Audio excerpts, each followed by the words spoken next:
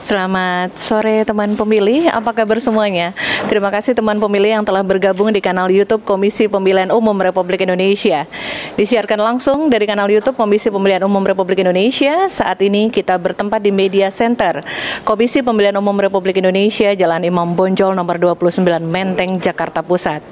Saat ini di Media Center telah hadir pimpinan KPU RI dan kita masih menunggu kehadiran ketua dan beberapa anggota KPU RI lainnya untuk melakukan konferensi pers hasil pertemuan KPU RI dengan Presiden Republik Indonesia tentang kesiapan KPU dalam pemilu dan pemilihan serentak 2024. Teman pemilih dapat melihat di layar saat ini pimpinan KPU beberapa sudah hadir, Ibu Betty, Bapak Ketua, kemudian Bapak Sudrajat dan juga Pak Parsa serta Bapak Agus Melas.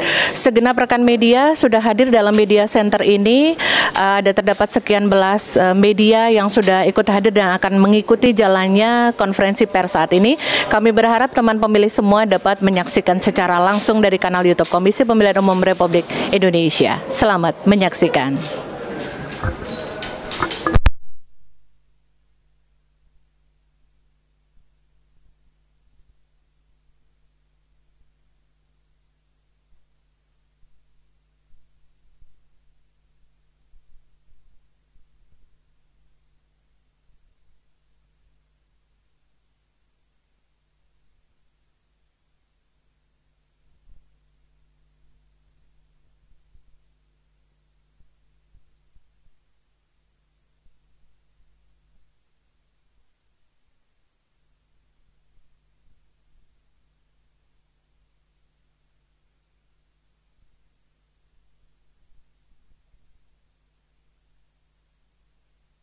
Persiapan dan kesiapan KPU menghadapi pemilu 2024. Kebetulan pagi tadi pukul 9.30 kami diterima oleh Presiden Republik Indonesia. Beliau didampingi oleh Menteri Sekretaris Negara dan Menteri Dalam Negeri. Sedangkan dari kami KPU hadir lengkap, ketua, anggota 7 orang. Nah, sekarang untuk hadir di konferensi pers ini ada 6 orang karena Mas Idam Kholik sedang menerima audiensi dari Provinsi Sulawesi Tengah, kalau ada. Kalimantan Selatan, maaf. Baik, teman-teman semua, kami akan menyampaikan beberapa hal. Nanti saya hanya sifatnya mengantar, tetapi nanti akan disampaikan oleh Ketua KPU RI tentang bagaimana kemudian kesiapan dan persiapan KPU dalam menghadapi pemilu 2024, termasuk bagaimana kemudian respon dari Presiden Republik Indonesia terhadap apa yang disampaikan oleh KPU Republik Indonesia. Data secara lengkap itu sudah kami sampaikan ke pihak pemerintah. Ada banyak hal yang kami sampaikan, mau itu tantangan, kendala, apapun, dan termasuk bagaimana kemudian Presiden memberikan respon dan menyatakan dukungannya secara penuh kepada KPU Republik Indonesia dalam rangka menyiapkan pemilu dan pemilihan 2024. Saya langsung saja geser ke Ketua. Silakan Pak Ketua, nanti teman-teman lain bisa merespon. Terima kasih, selamat sore. Terima kasih Mas Agus Melas, teman-teman para anggota KPU, Mas Agus Melas, Mas Parsa, Mas Sudrajat, Mbak Betty dan Mas Afif, teman sekalian para kawan-kawan jurnalis. Jadi pada hari ini, hari Senin tanggal 30 Mei tahun 2022, kami KPU beraudiensi dengan Presiden. Jadi sebagaimana yang saya kira teman-teman juga mengikuti, KPU ini mengawali tugas dengan beraudiensi silaturahim kepada berbagai macam pihak, pimpinan lembaga negara dan juga kementerian dalam rangka untuk meminta dukungan untuk suksesnya penyelenggaraan pemilu 2024 dan pilkada 2024. Kepada Presiden pada hari ini kami laporkan perkembangan persiapan penyelenggaraan pemilu, bahwa yang pertama pada intinya kami menyampaikan bahwa untuk hari pemungutan suara sebagaimana sudah diputuskan, yaitu akan digelar pada hari Rabu tanggal 14 Februari 2024. Nah, dalam perkembangannya hal-hal yang kemudian sampai dengan hari ini sudah persiapannya berjalan, diantaranya adalah yang pertama soal daftar pemilih. Berdasarkan hasil pemutakhiran daftar pemilih berkelanjutan yang nanti akan dijadikan bahan untuk sinkronisasi dengan pemerintah, yaitu DP4 atau data pemilih potensial, data penduduk potensial pemilih pemilu. Untuk sementara ini data pemilih hasil pemutakhiran data pemilih berkelanjutan sampai dengan bulan Maret 2022, jumlah pemilih kita adalah 190.573.769, 190.573.769. Nah, sebagaimana pemilu 2019, karena ini pemilunya pemilu serentak, dalam arti memilih 5 jenis pemilu. Pada waktu yang lalu 2019 itu diawali dengan simulasi-simulasi yang kemudian kurang lebihnya per pemilih itu untuk memilih 5 jenis surat suara itu memerlukan waktu antara 5 sampai 7 menit, dan di TPS sudah ada 4 bilik, sehingga secara paralel dalam waktu yang sama ada 4 pemilih yang menggunakan hak pilihnya di TPS. Di Undang-Undang Pemilu, desain jumlah pemilih per TPS adalah maksimum atau maksimal atau paling banyak adalah 500 pemilih per TPS. Tetapi berdasarkan simulasi tersebut, KPU berkesimpulan yang pemilih dialokasikan per TPS itu maksimal 300 pemilih.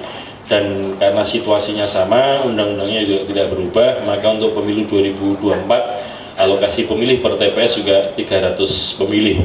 Dengan begitu maka berdasarkan jumlah pemilih tadi yang kami sebutkan, ancangan kita adalah TPS yang akan dioperasionalkan atau akan digelar untuk pemilu 2024 sekitar 695.105 TPS, 695.105 TPS. Hal tersebut yang kami laporkan kepada Presiden hari ini. Yang kedua, berkaitan dengan sumber daya manusia, baik itu anggota KPU pusat sampai dengan KPPS dan juga ASN atau PNS, supporting staff di jajaran KPU. Gambarnya demikian. Untuk anggota KPU saya kira teman-teman tahu semua, untuk pusat 7 orang, kemudian provinsi itu ada 34 provinsi. Nah, diantaranya ada yang 7 anggota, ada yang 5 anggota. Total anggota KPU provinsi 190 orang. Kemudian KPU kabupaten kota itu dari 514 KPU kabupaten kota, itu anggotanya yang diperlukan adalah 2.570. Total untuk anggota KPU pusat sampai kabupaten kota jumlahnya adalah 2.767. Untuk badan ad hoc ini ada yang di dalam negeri, ada yang di luar negeri. Itu mulai dari panitia pemilihan kecamatan atau PPK, kemudian panitia pemungutan suara di desa kelurahan, kemudian ada kelompok penyelenggara pemungutan suara di tingkat TPS atau KPPS, kemudian ada Pantarlih atau PPDP, yaitu petugas pemutakhiran daftar pemilih, termasuk ada penyelenggara pemilu di luar negeri, PPLN, panitia pemilu di luar negeri, kemudian ada juga KPPSLN di luar negeri, dan juga Pantarlih di luar negeri. Selain itu juga masing-masing badan ad hoc juga ada sekretariatnya. Jadi dari segi jumlah orang, nanti datanya kami sampaikan kepada teman-teman sekalian. Untuk PPK itu diperlukan sekitar 36.005 orang, 36.005. Kemudian untuk PPS di tingkat desa kelurahan diperlukan 250.200 orang atau 250.200. Kemudian KPPS untuk mengoperasionalkan 695.105 TPS, itu anggota KPPS kita sekitar 5.666.717 atau 5.666.717. Jadi kemudian untuk Pantarlih atau PPDP, petugas pemutakhiran daftar pemilih, itu 810.329 orang, 810.329. Kemudian untuk di luar negeri, badan ad hoc berupa PPLN itu 556 orang, kemudian KPPSLN 12.765, 12.765, kemudian Pantarlihnya atau PPDP di luar negeri itu 1.200, 1.200.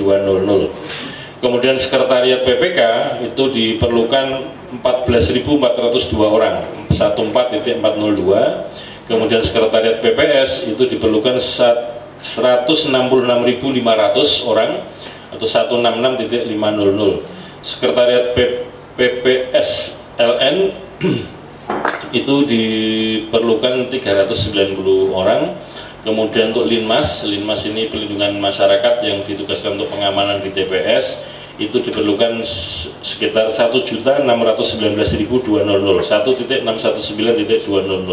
Jadi total baik anggota maupun sekretariat untuk badan ad hoc itu diperlukan 8.578.564 orang, 8.578.564. Kemudian untuk tim supporting staff di sekretariat KPU itu ada dua jenis, yaitu ASN dan PPNPN. Jadi untuk yang ASN itu sementara ini jumlahnya 8.860, kemudian untuk PPNPN 5.692, totalnya ada 14.552, 14.552. Bapak Ibu sekalian, nah untuk sarana prasarana yang ini sering jadi pertanyaan teman-teman ya.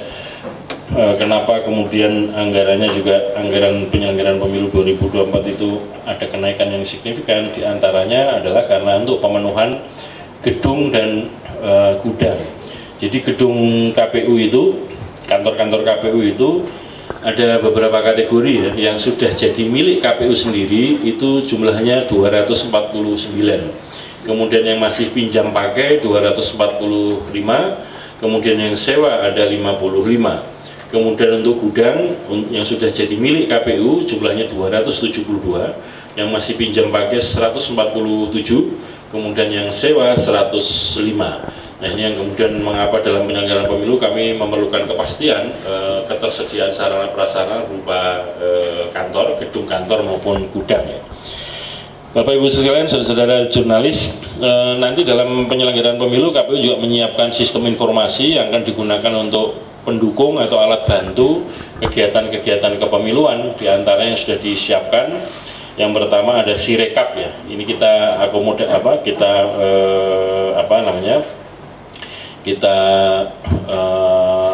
ambil atau kita teruskan dari apa yang sudah dirintis oleh KPU sebelumnya yang digunakan untuk Pilkada 2020, nanti akan kita adopsi untuk penyelenggaraan pemilu 2024. Kemudian sistem informasi logistik atau SILOG, kemudian SILON, sistem aplikasi untuk pencalonan, kemudian SIDAKAM, aplikasi untuk dana kampanye, SIDAPIL, aplikasi untuk daerah pemilihan, dan ada SIPOL, sistem informasi untuk partai politik, dan kemudian SIDALIH, sistem informasi daftar pemilih. Nah ini yang nanti akan menjadi alat bantu untuk kegiatan-kegiatan KPU dalam penyelenggaraan pemilu 2024 dan juga Pilkada 2024 nanti. Terus sekalian, yang berikutnya tentang anggaran ya. Anggaran yang diusulkan oleh KPU jumlah totalnya itu 76.312.294.000 atau 76.656.312.29.000. Dari segi peruntukan kalau diklasifikasi berdasarkan tahun, dari total 76,6 triliun tadi itu, alokasi untuk 2022 yang diperlukan adalah 8.065.085.734.000, 8.061.085.734.000, atau kalau di persentase sekitar 10,52% dari total anggaran.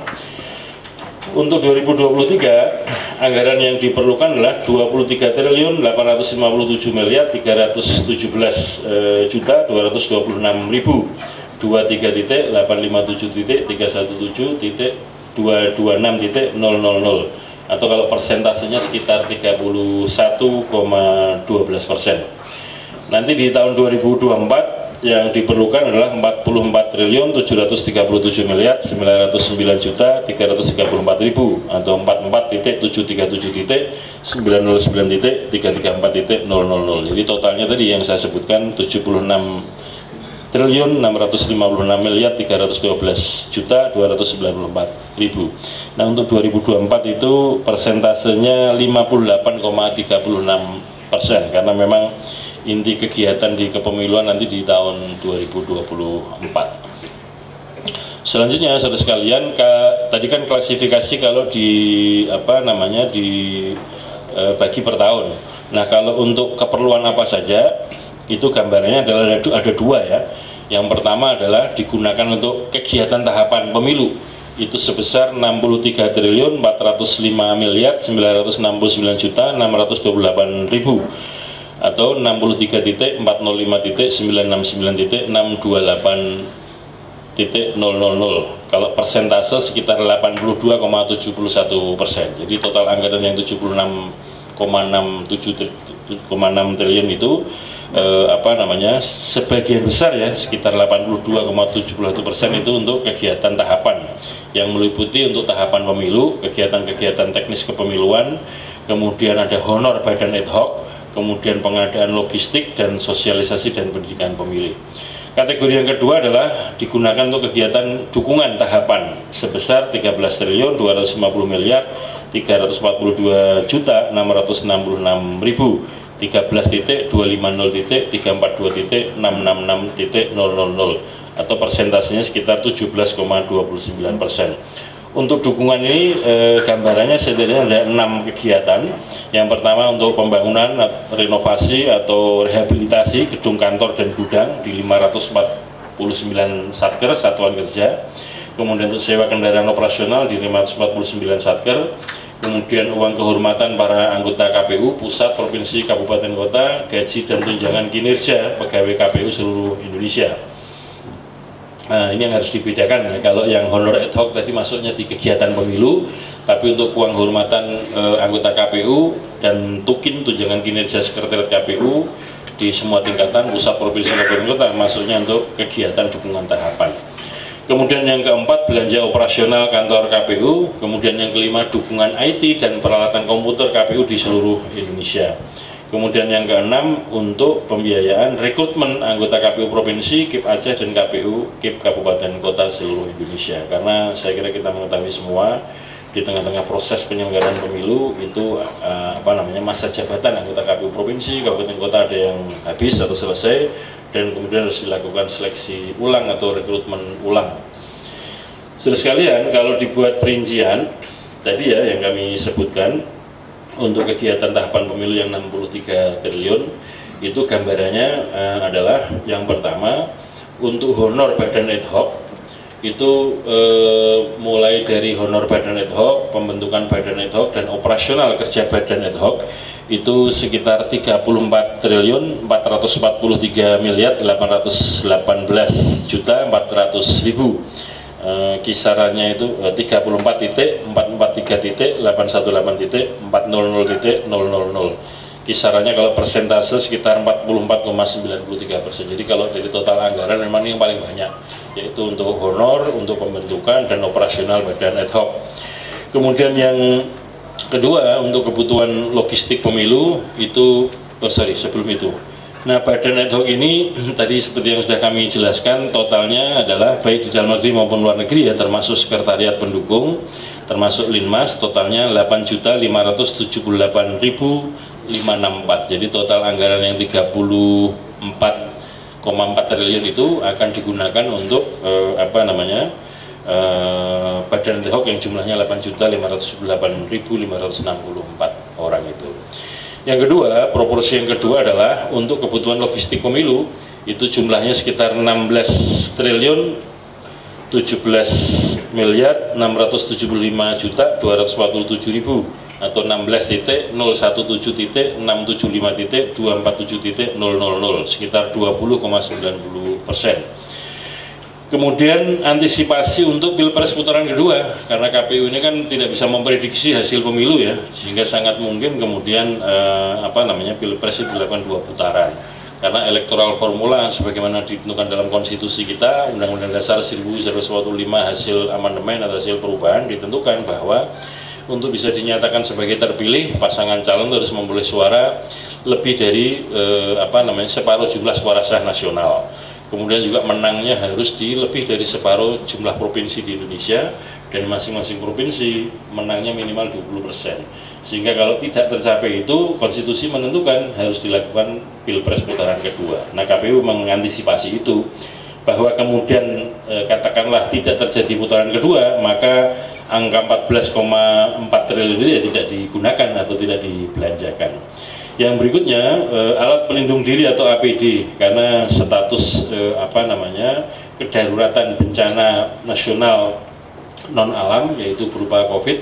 Sampai sekarang ini juga belum ada keputusan yang menyatakan bahwa situasi tersebut sudah selesai dan dinyatakan normal. Maka kemudian kami harus mengantisipasi sebagaimana pengalaman Pilkada 2020 kemarin. Nah, dialokasikan APD-nya ini sekitar 4.652 miliar 46.435.000 atau 4.652.046.435.000. Kisarannya kalau persentase 6,07%. Nah, untuk yang ini kan boleh dikategorikan anggaran non elektoral ya.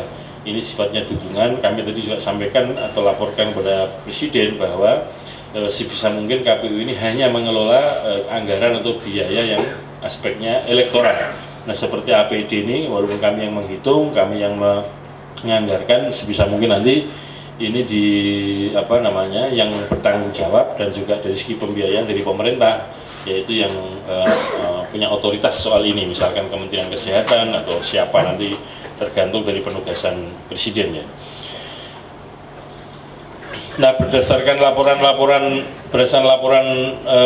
hal-hal tersebut yang kami sampaikan kepada Presiden, Presiden menanggapi ada 6 poin penting yang disampaikan oleh Presiden.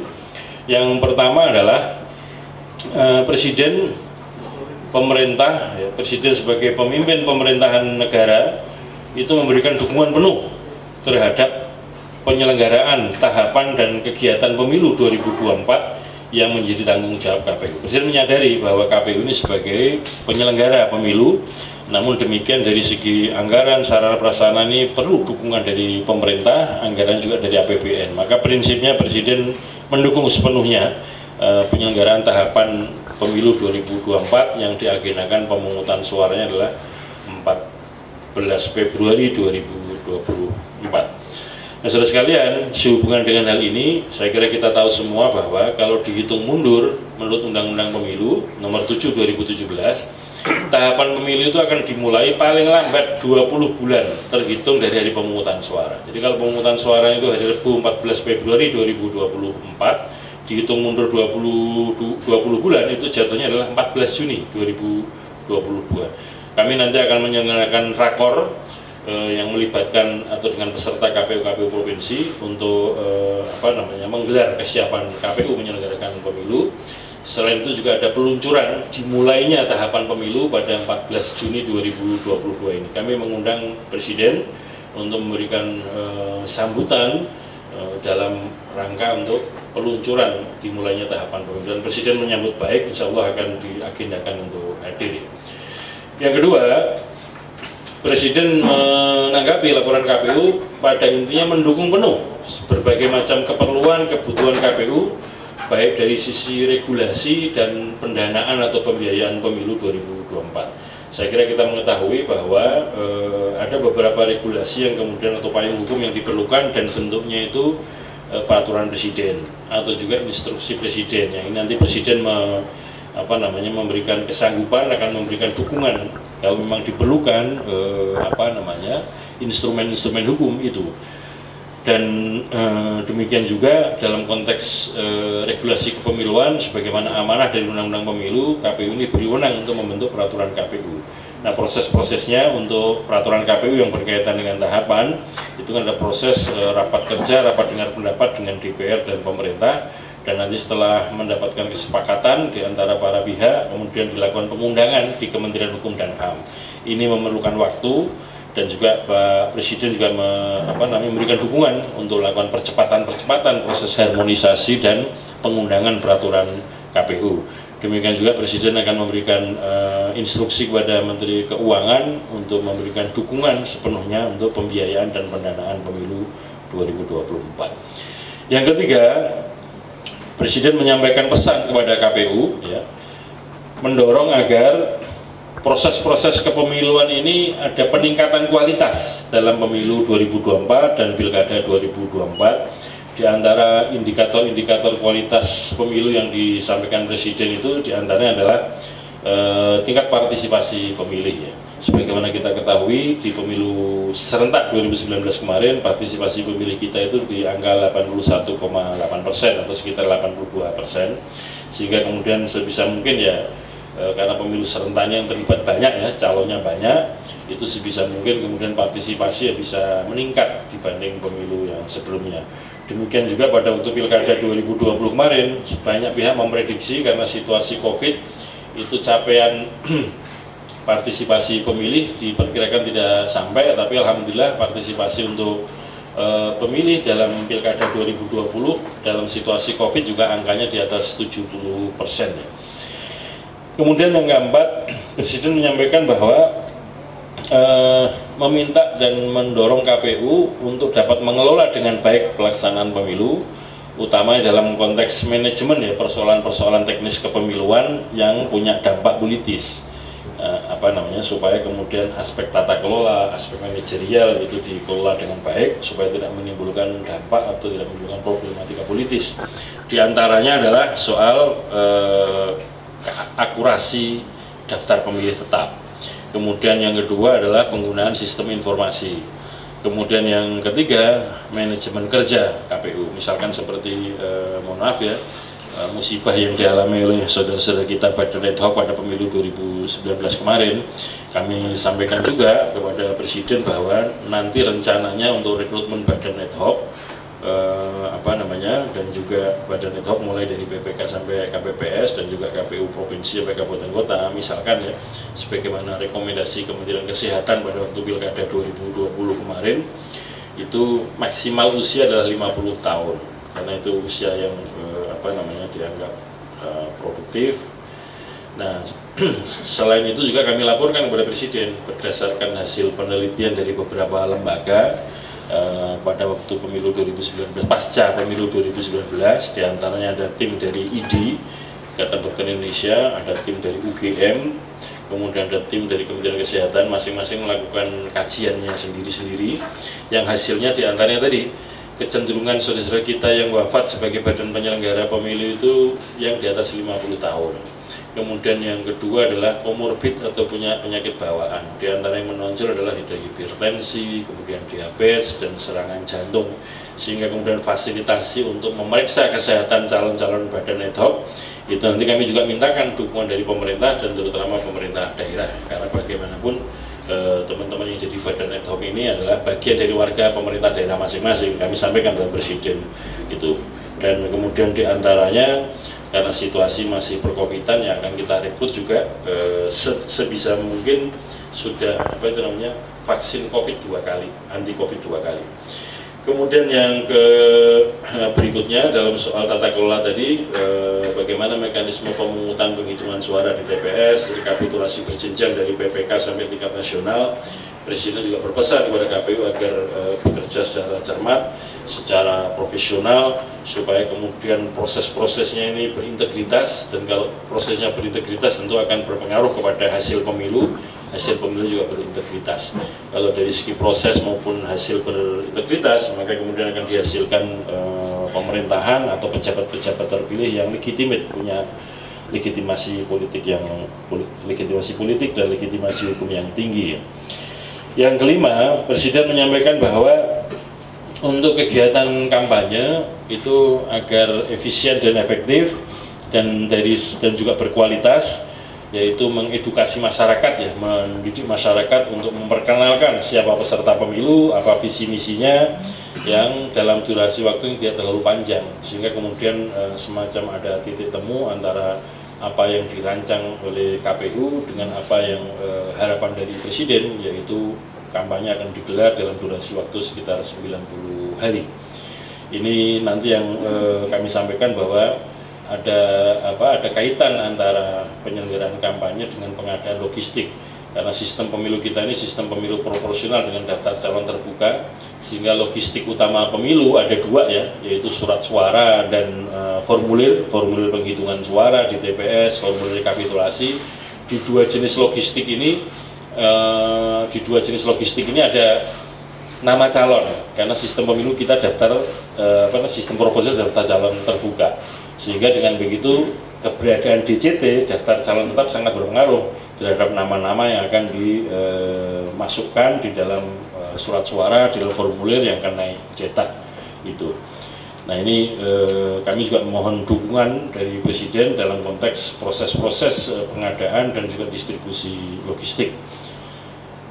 Dan Presiden memberikan kepastian bahwa Presiden akan sepenuhnya memberikan dukungan, memberikan jaminan bahwa proses-proses kegiatan pengadaan dan distribusi logistik akan dibantu, akan dikawal oleh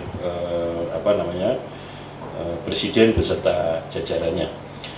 Yang keenam, yang terakhir, ini kaitannya dengan yang topik 1 sampai 5 tadi itu, Presiden akan memerintahkan, akan menginstruksikan dan mendorong lembaga-lembaga, terutama kementerian yang di bawah kepemimpinannya Presiden, kemudian pemerintah daerah dan instansi terkait agar mendukung penuh KPU dalam menyelenggarakan pemilu 2024 dan pilkada 2024, di antaranya dengan berkaitan dengan pelaksanaan atau penyelenggaraan tahapan-tahapan teknis kepemiluan.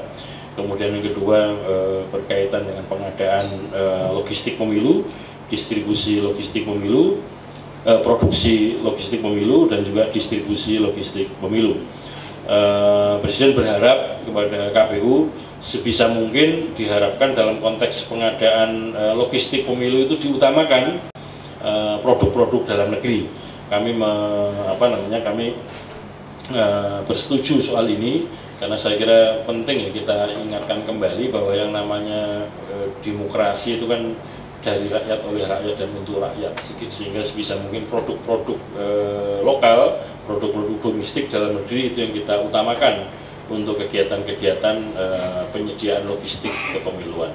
Saya kira demikian teman-teman jurnalis yang dapat kami sampaikan. Nanti bahan tertulis akan disampaikan oleh Humas KPU. Saya kembalikan kepada Mas Agus Melas. Terima kasih. Assalamualaikum warahmatullahi wabarakatuh.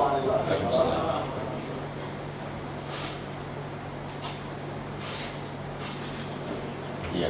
Baik, terima kasih. Nanti sebelum tanya jawab, saya ingin konfirmasi ke teman-teman yang lain, anggota KPU yang lainnya, apakah mungkin mau menambahkan atau memberikan penekanan tertentu.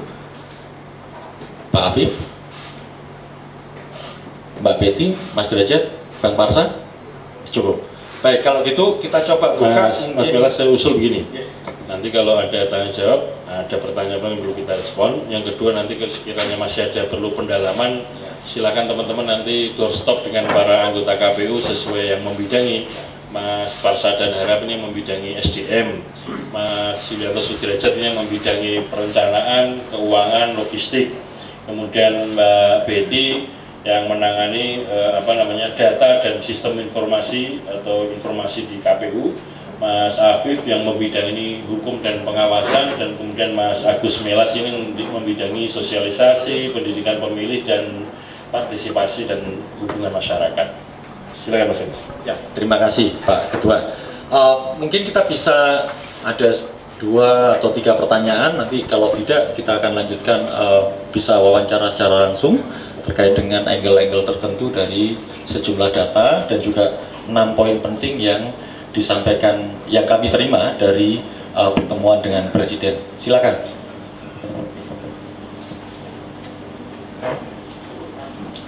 Ada 2. Bisa disebutkan singkat dari media mana, nanti pertanyaannya silakan diajukan. Teman-teman tim Humas, ada 2, langsung aja kalau enggak berdiri gitu.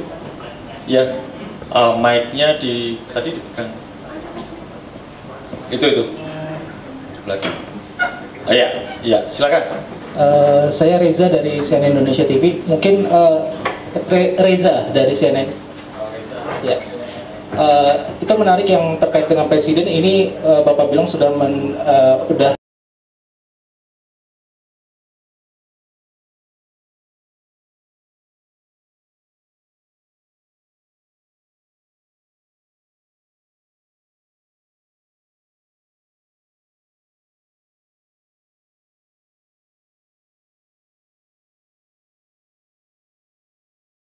selain masalah masa kampanye. Izin Bapak, saya Liz dari Metro TV. Saya ingin bertanya bahwa di sepanjang tahun 2023 sampai 2024 itu kan ada lebih dari 500 komisioner KPU di daerah yang akan selesai masa jabatannya. Dan tentunya pergantian di tengah masa pemilu ini akan berefek pada penyelenggaraan pemilu itu sendiri. Kira-kira kalau dari KPU apa antisipasinya, Pak? Terima kasih. Ya, coba kita buka satu lagi jika ada. Kalau tidak, kita bisa lanjut langsung untuk direspon apakah melalui Pak Ketua ataupun nanti bisa dipertajam lagi atau dipertegas oleh divisi terkait. Oh, di belakang ya?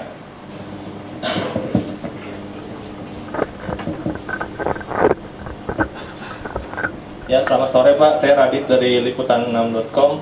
Tadi Bapak sempat menyinggung soal arahan Presiden tentang peningkatan partisipasi pemilih di pemilu 2024. Ada angkanya nggak, atau ada harapannya berapa sih Presiden ini meminta kepada KPU dan bandingan dari pemilu sebelumnya, begitu Pak? Terima kasih. Ya, baik. Terima kasih atas untuk pelontaran dari 3 pertanyaan. Saya langsung ke Pak Ketua. Nanti tapi kita coba 3 ini kita respon. Setelah itu kemudian kita akan lanjutkan pendalaman jika memang diperlukan. Silakan Mas Ketua, nanti juga ada teman-teman Koordif yang menangani bidang tertentu, nanti bisa memberikan penajaman dan penegasan terkait dengan tema-tema yang diajukan sebagai bahan pertanyaan.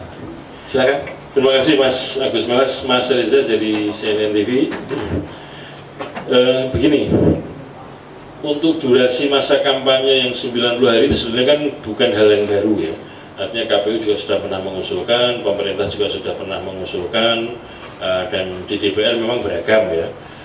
Tapi kemudian sebenarnya di bagian awal juga sudah ada titik temu di antara angka 90 hari itu. Bahwa kemudian muncul angka 75 hari itu kan harapan untuk KPU membuat exercise atau simulasi-simulasi. Jadi dengan demikian dalam pandangan kami insya Allah tidak terlalu problematik, sehingga ada titik temu antara KPU, pemerintah dan DPR soal durasi masa kampanye yang 90 hari tadi. Ini memang pertimbangan paling utama untuk durasi masa kampanye kan berkaitan dengan pembelahan sosial atau pembelahan politik supaya tidak berkepanjangan ya.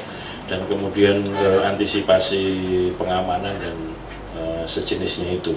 Jadi insya Allah angka durasi masa kampanye 90 hari tidak terlalu problematik di antara lembaga-lembaga ini. Kemudian yang kedua, Mbak Lis, Metro TV, memang benar bahwa dalam masa tahapan penyelenggaraan pemilu itu sejumlah KPU provinsi, kabupaten kota habis masa jabatannya. Nah, di Undang-Undang Pemilu nomor 7 2017 ditentukan bahwa masa jabatan anggota KPU provinsi, kabupaten kota adalah 5 tahun terhitung sejak dilantik atau pengucapan sumpah janji. Sehingga dengan demikian sepanjang ketentuan di undang-undang tidak ada perubahan, maka sesuai dengan durasi masa jabatannya begitu menjelang 5 tahun ya kita lakukan seleksi ulang. Dan di undang-undang ditentukan bahwa sekurang-kurangnya atau paling lambat 6 bulan atau 5 bulan 5 bulan sebelum berakhirnya masa jabatan itu KPU harus membentuk tim seleksi. Sepanjang data yang kami miliki sekitar 16 provinsi ya, di bulan Mei 2023 itu habis masa jabatan. Kemudian bulan berikutnya Juni 2023 kabupaten kota di 16 provinsi itu juga habis masa jabatan.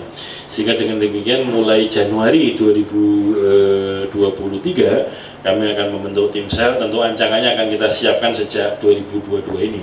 Tapi kegiatan realnya berupa pembentukan tim sel dan seterusnya akan kita mulai pada bulan Januari 2023. Kami menyadari bahwa tentu ada problematika di situ, tapi memang ketentuan undang-undang ini demikian ya kita laksanakan ya. Kecuali kalau memang ada kesempatan perubahan, tentu kita bicarakan yang kira-kira ideal atau yang pas seperti apa, tapi nampaknya tidak memungkinkan lagi, sehingga kita ikuti aja aturan yang ada di undang-undang. Tentu saja strateginya bagi nanti yang KPU terpilih, tentu di dalamnya kan tidak semuanya kemudian baru lagi, tidak semuanya baru ya. Dalam arti perlu kesinambungan, sebagaimana di KPU pusat juga perlu kesinambungan, dan nanti di KPU provinsi, kabupaten kota juga perlu kesinambungan supaya bekerjanya nanti tidak mulai, istilahnya tidak mulai dari nol ya. Sudah ada yang mekanisme memori jabatan, apa yang sudah dikerjakan, apa yang belum, itu sudah bisa dilakukan. Nah, yang berikutnya Mas Radit, Liputan 6, partisipasi pemilih, Pak Presiden tidak menyampaikan soal angkanya berapa ya. Tetapi kalau di KPU kan di dalam Renstra KPU itu juga sudah ada target-targetnya, misalkan seperti untuk pemilu itu 77,5%, itu belum kita revisi ya. Dan capaian kita di pemilu 2019 kemarin angkanya mendekati 82%, 81,8%. Dan kami meyakini bahwa untuk partisipasi pemilih untuk pemilu 2024 insya Allah juga akan terjaga tetap tinggi. Mengapa? Di antaranya karena keserentakan.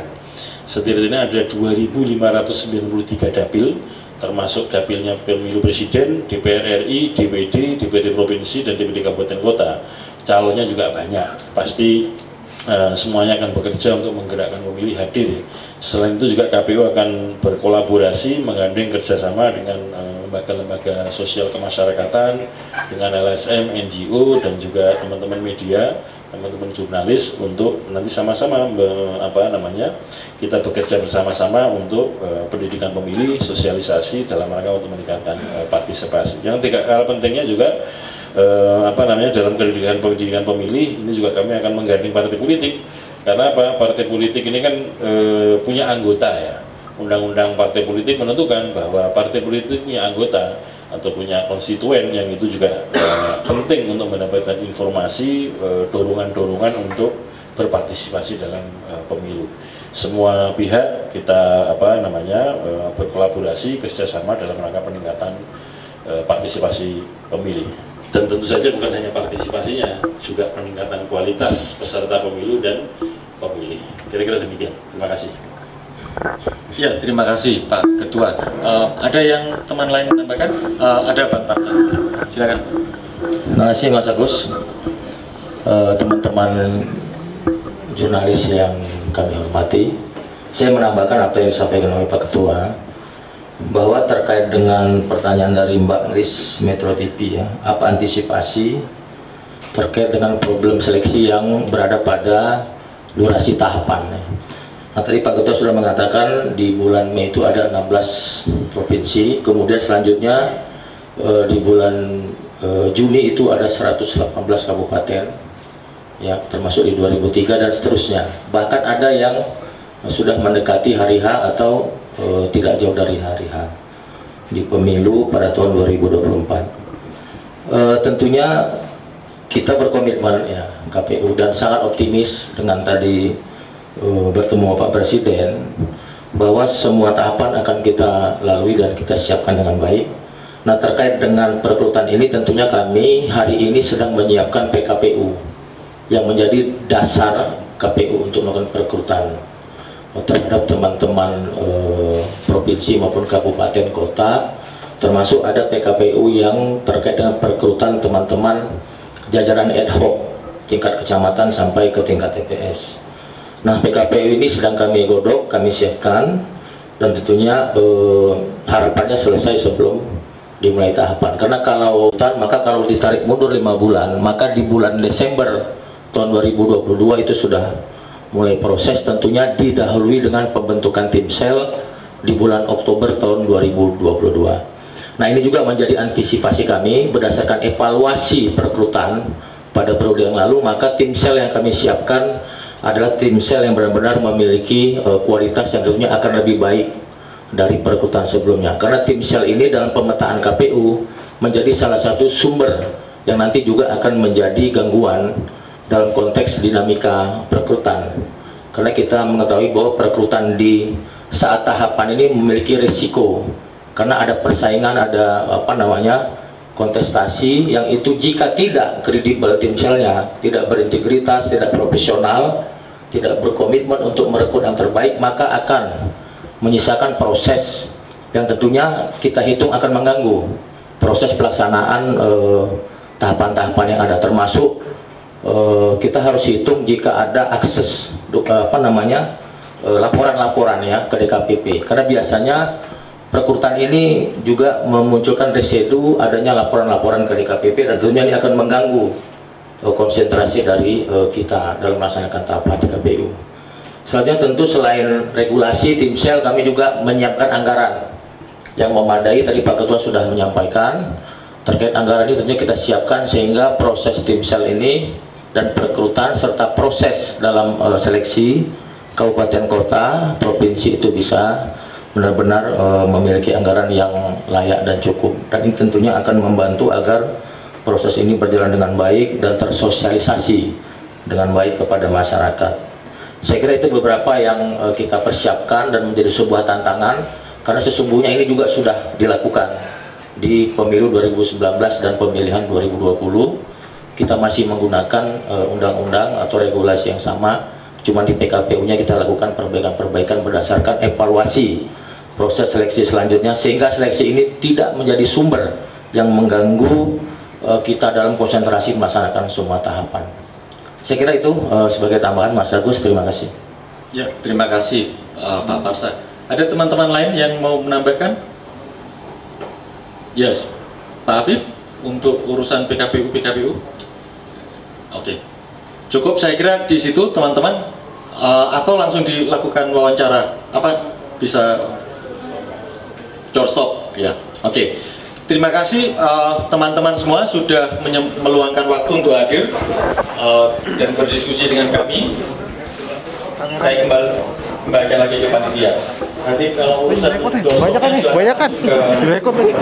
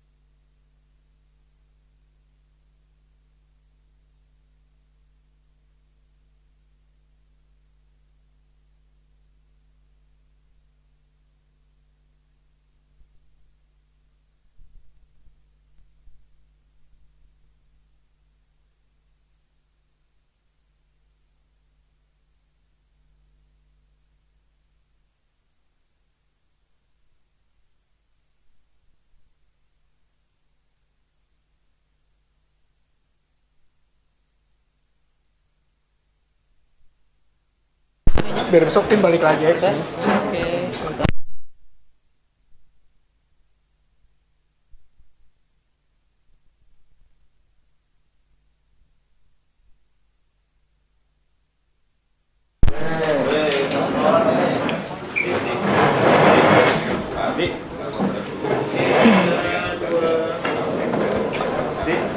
Ya, teman pemilih, demikian sudah kita saksikan bersama untuk konferensi pers hasil pertemuan KPU RI dengan Presiden Republik Indonesia tentang kesiapan KPU dalam pemilu dan pemilihan serentak 2024 nanti.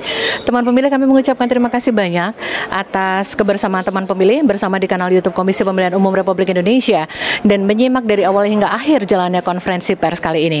Segenap media juga sudah turut bergabung langsung di sini di Media Center Komisi Pemilihan Umum Republik Indonesia untuk mengikuti jalannya press conference ini atau siaran pers kali ini. Kami berharap dapat bertemu kembali dengan teman pemilih di kesempatan baik berikutnya dan tetaplah menyimak semua update informasi kepemilikan